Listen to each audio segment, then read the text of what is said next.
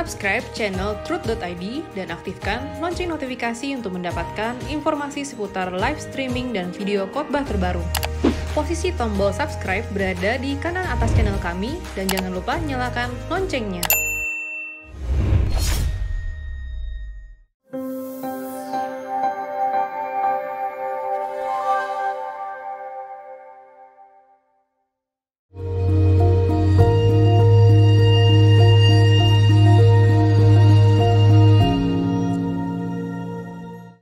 Salam saudara, kita masuk episode 245. Ini dari seorang ibu usia 34 tahun, anak 1 ya. Puji Tuhan Pak, saya sangat diberkati dengan suara kebenaran. Saya mau hidup kudus seperti Yesus hidup dan berkenan kepada Bapa. Saya mau berkemas-kemas ke langit baru, bumi baru, tapi ada yang masih mengganjal Pak di hati saya tentang masa lalu saya yang tidak pernah saya ceritakan kepada orang lain, termasuk kepada suami saya, masa sebelum dan sudah menikah. Apakah saya harus mengaku menceritakan dua hal tersebut kepada suami saya? Pertama, sebelum menikah 10 tahun lalu saya Samen Leven hidup bersama sampai berhubungan badan menggunakan alat kontrasepsi dengan pria pengidap HIV/AIDS selama 4 tahun lamanya. Dan akhirnya saya memutuskan untuk meninggalkannya. Lalu beberapa bulan kemudian saya menikah dengan suami saya dan 2 tahun berikutnya saya hamil. Dan saat dites laboratorium apakah saya memiliki penyakit kelamin, tes HIV saat hamil hasilnya non-reaktif. Jadi saya memilih melahirkan normal dan mau menyusui karena saya pikir aman-aman saja buat anak saya, walaupun perasaan takut kadang masih menghampiri. 2, setahun sebelum hamil, suami saya selingkuh. Dan bodohnya saya untuk membalas sakit hati saat itu, saya ikutan selingkuh dengan pria yang saya kenal lewat online dan akhirnya kami one night stand tanpa menggunakan alat kontrasepsi. Saya sangat menyesal dengan kebodohan yang saya lakukan di masa lalu. Saya selalu merasa terintimidasi dan saya merasa sangat tidak layak di hadapan Tuhan. Saya berjuang setiap hari untuk hidup kudus tapi masa lalu saya selalu terbayang dan membuat saya mudah sekali marah dan kecewa pada diri sendiri. Tolong jawab ya Pak, apa yang harus saya lakukan? Oke. Yang pertama,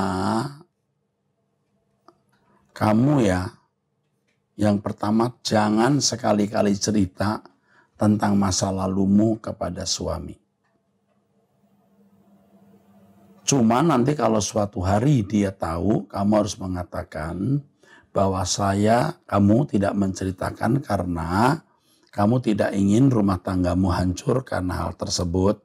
Sebab kamu sendiri sudah bertobat, Tuhan mengampuni dan Tuhan melupakan. Dan tentu saya harap suamimu tidak akan pernah tahu. Tidak usah cerita. Jadi kalau ada ajaran-ajaran bahwa keterbukaan awal pemulihan itu bohong. Karena belum tentu suamimu sanggup menerima itu. Yang kedua soal selingkuh.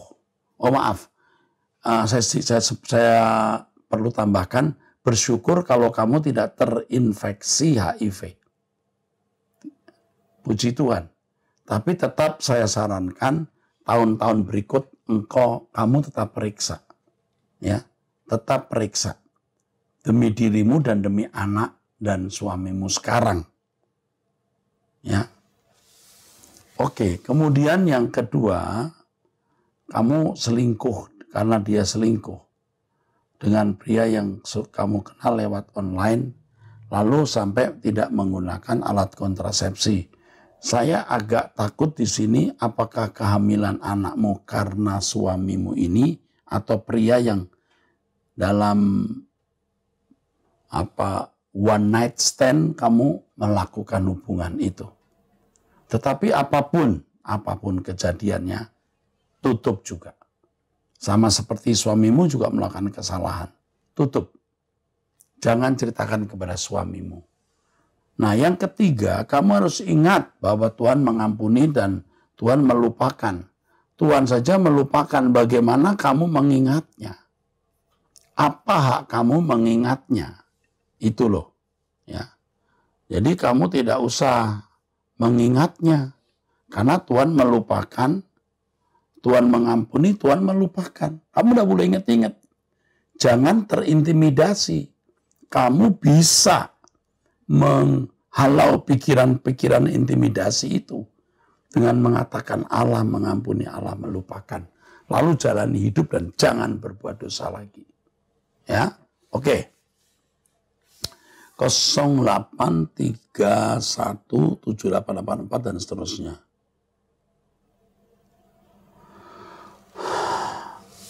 Saya mohon arahan dan nasihat Bapak. Saya hanya ibu rumah tangga. Saya hanya ibu rumah tangga usia 40 tahun. Tinggal di Lubuk Linggau. Ya.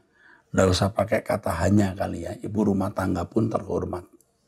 Saya mendapat kepercayaan soal uang dan pasti ada tanggung jawabnya untuk mengolahnya dan memperbanyaknya. Tidak mungkin uang tersebut saya tumpuk terus dan berikan ke anak-anak nanti. Maaf Pak, selanjutnya tolong jangan.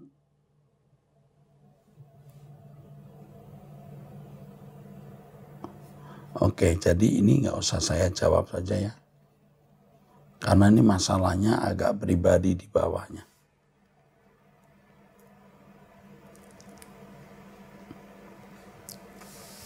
Nanti akan dijawab sendiri saja.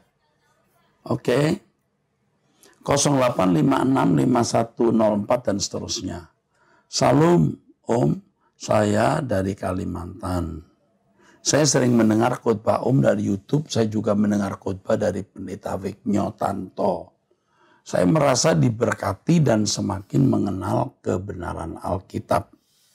Jadi saya mau tanya Om, apakah berobat secara akupuntur termasuk mistik atau bukan? Karena saya sekarang minum obat herbal yang dikasih oleh dokter akupuntur tersebut karena saya sakit GERD, asam lambung. Saya minta saran Om, terima kasih apapun pelayanan Om diberkati, puji Tuhan. Dari Thomas Kalimantan Barat. Saya tegaskan bahwa akupuntur itu sendiri ya tidak ada unsur mistiknya. Saya punya sahabat yang anaknya juga sekolah khusus akupuntur di Cina. Ya. Kecuali akupunturnya disertai dengan jampi-jampi. Tapi akupuntur sendiri itu ilmu kedokteran, Saudara, ya. Itu ilmu kedokteran. Di Cina itu dikembangkan. Oke, jadi enggak apa-apa minum herbal dan akupuntur, enggak apa-apa. Cuman bicara soal GERD, asam lambung, nah kebetulan saya kenal dekat dengan orang yang kena GERD. Kamu harus strict sekali, tidak minum kopi, pedas, alkohol, asam, dan beberapa pantangan lain yang pasti dokter memberitahu. Harus tegas. Ya. Tidak menyentuh makanan-makanan yang tidak perlu tersebut. Ya, pola makan, pola hidup yang baik. Oke, Tuhan memberkati. 08122781 dan seterusnya. Saya wanita usia 66 tahun Pak, saya mohon bantuan Pak Eras. Sudah 3 kali minta pertolongan dengan adanya acara ini Pak. Mengenai anak saya yang mempunyai pacar, sudah tinggal nikah dengan wanita lain. Tapi ditinggal, anaknya ditinggal, nikah dengan wanita lain. Tapi cowok itu cerai dan mendekati anak saya. Cowok itu datang ke rumah dan dia cowok itu bilang kalau mohon maaf dan berjanji akan meninggalkan hidup yang lama dan masuk hidup yang baru, percaya Tuhan Yesus. Selaku orang tua saya harus bagaimana Pak Eras? Jangan percaya, digantung. Pria seperti ini bahaya. Tidak mungkin bisa baik dalam waktu singkat. Digantung dan sebaiknya tidak. Kalau saya jadi orang tua, saya akan larang anak saya menikah dengan pria seperti itu. Dengan begitu anak saya kok masih bisa mencintainya. Mohon pertolongannya Bapak Pendeta Erastus. Selama ini saya setelah bisa membuka YouTube, selama mendengar khotbah apa saja yang dari Bapak, kalau malam belum mendengar acara Pak RS, belum genap dan belum bisa tidur. Oh gitu. Terima kasih Pak RS, semoga sehat. Saya dan suami harus ambil kebijakan apa Pak Pendeta dari beri pertolongan. Kasih tahu bahwa Bapak, Mama, Ibu tidak setuju dengan hal itu. Rundingkan bahwa pria itu tidak baik. Tetapi kalau anak sampai nekat, saya minta ibu tidak kasar dan melarang. Tapi ibu harus berusaha untuk menunjukkan pria macam ini tidak baik. Kalaupun harus pacaran dan menikah, perlu waktu, perlu ujian beberapa tahun. Ini bahaya pria seperti ini, tidak memiliki integritas. Ya, bahaya. Ia tidak stabil. Ya. Jadi lebih baik diuji beberapa tahun. Paling cepat itu 3 tahun. Paling cepat. Jangan takut. Lebih baik tidak menikah daripada menikah ketemu orang yang salah. Nah ini saja jawaban saya. Ibu minta hikmat Tuhan menyelesaikannya. Kalau saya jadi orang tua, saya larang anak saya menikah dengan pria seperti itu. 0812 2516. Oh, maaf saya tambahkan lagi tadi. Tetapi tetap memberi kemungkinan pria itu bisa berubah baik. Hanya beri waktu, tidak buru-buru.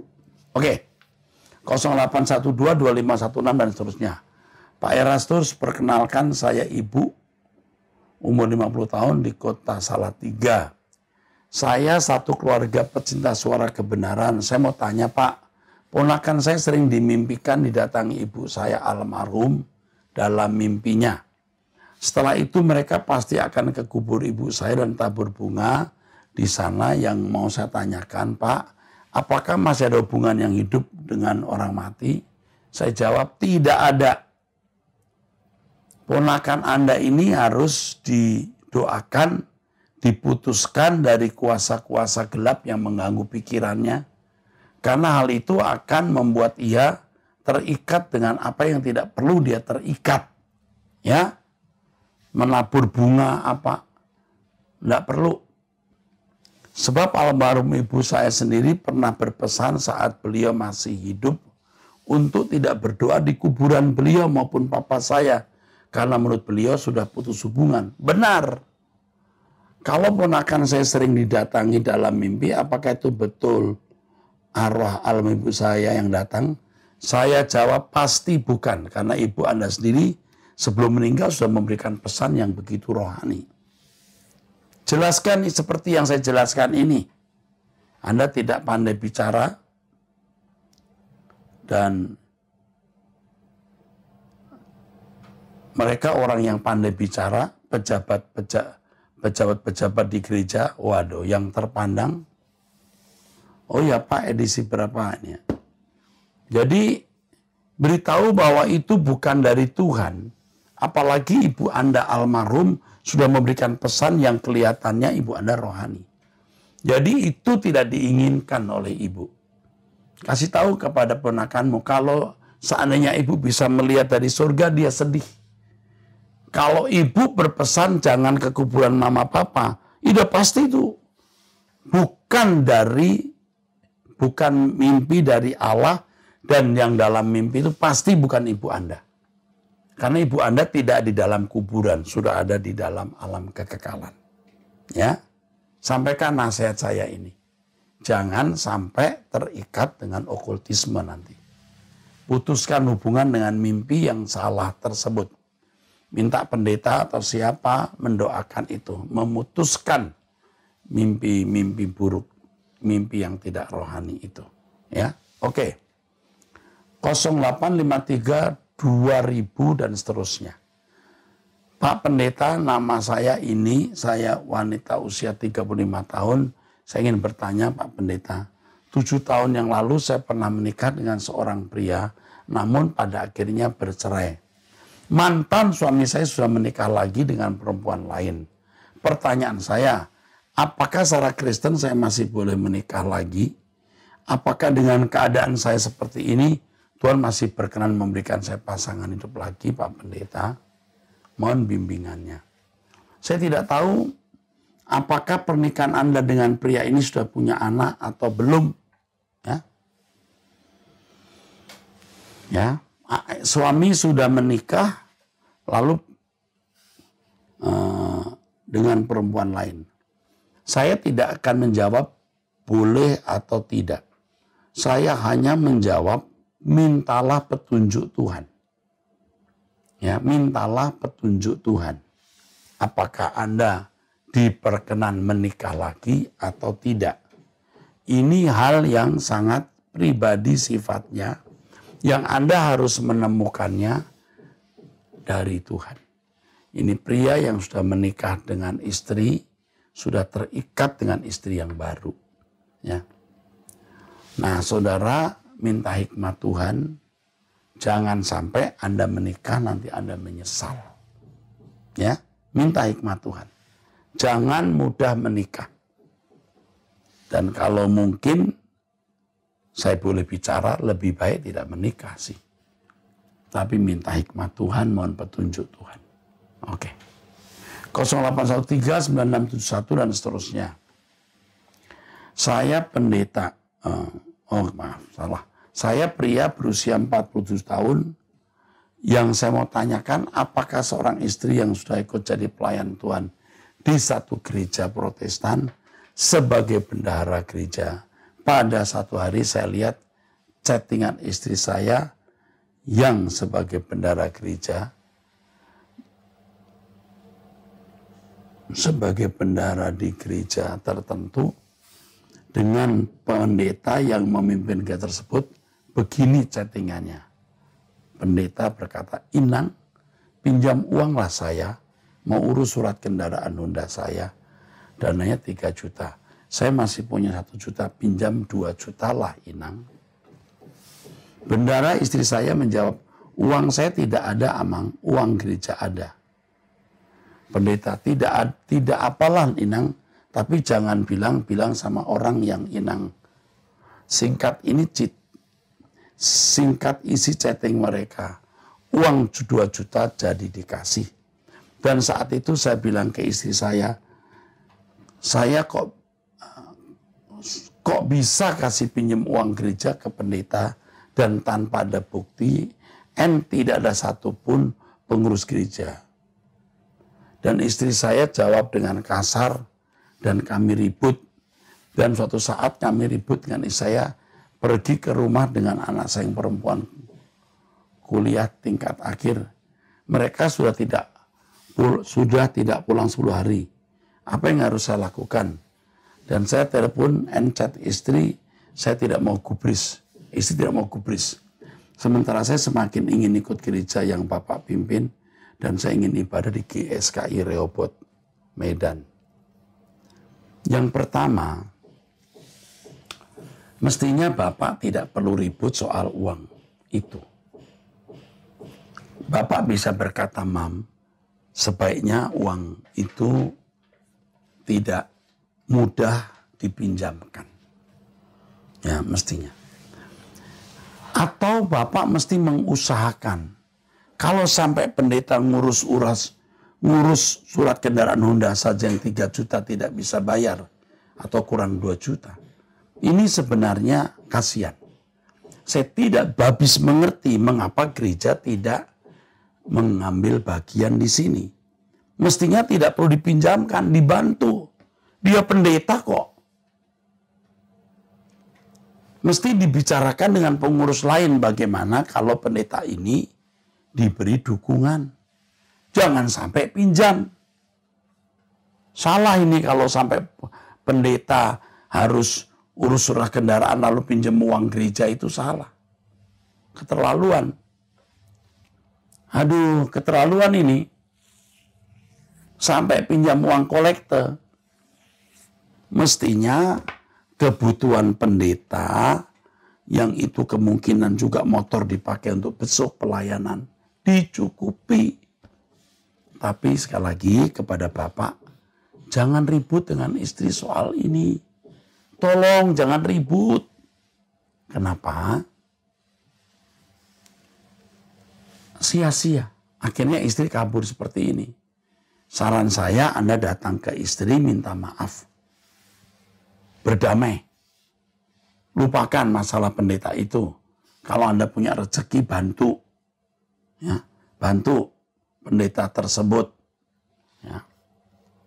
Kalau hanya uang 2 juta, itu bukan uang besar.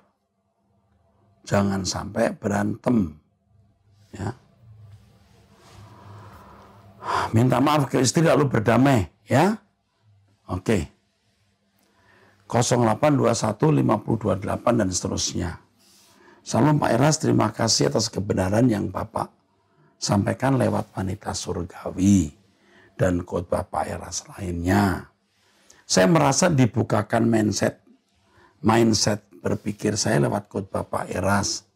Ketika saya di gereja juga bisa menilai kualitas khotbah yang disampaikan gembala saya. Pak Eras, saya wanita usia 39 tahun, asal Jawa Tengah. Dulunya sebelum menikah dengan suami, saya Muslim. Ayah saya Muslim.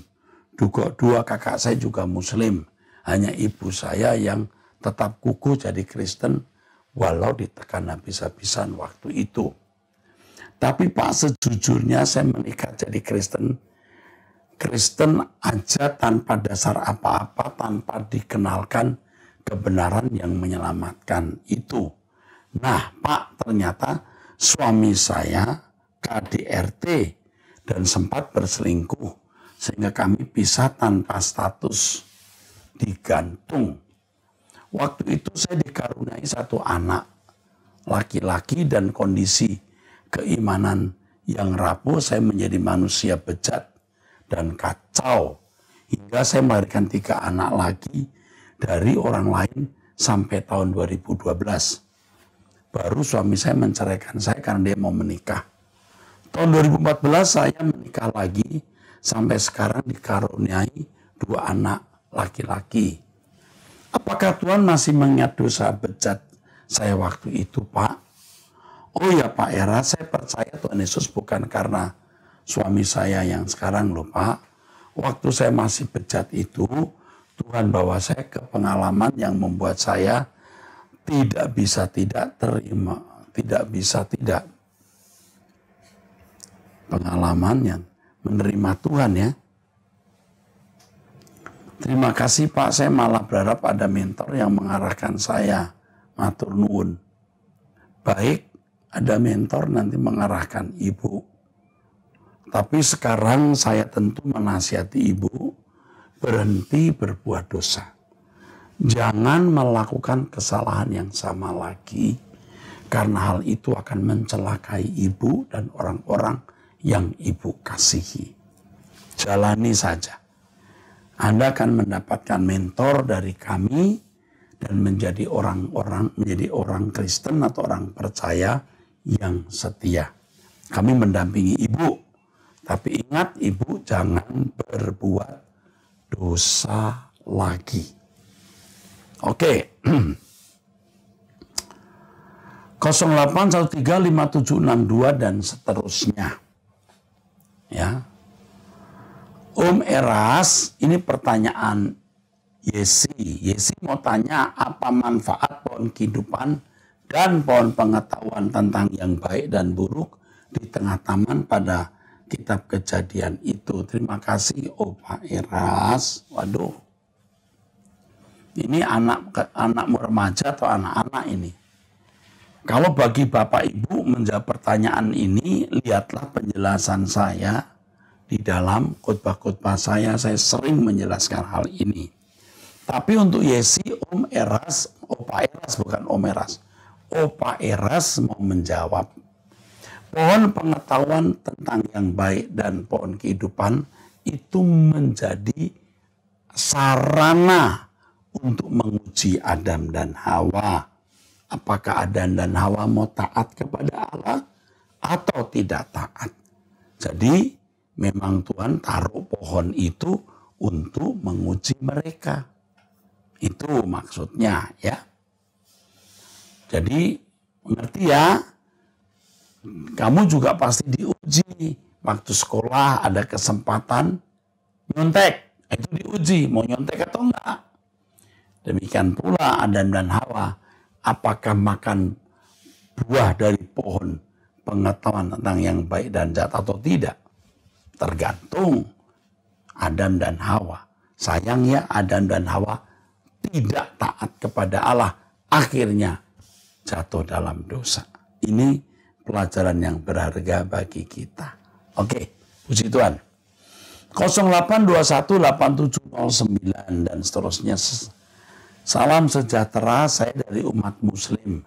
Kemarin ada umat Kristen menolong saya, mengirim makan untuk saya sambil mengatakan, saat kamu susah dan kesulitan seperti ini, apakah ada orang Islam yang menolongmu dan membuatmu hidup lebih baik lagi?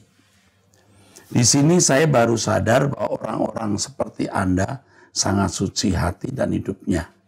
Tidak seperti orang-orang Islam yang saya temui. Tapi tidak semuanya. Ada di antara mereka yang baik dan peduli.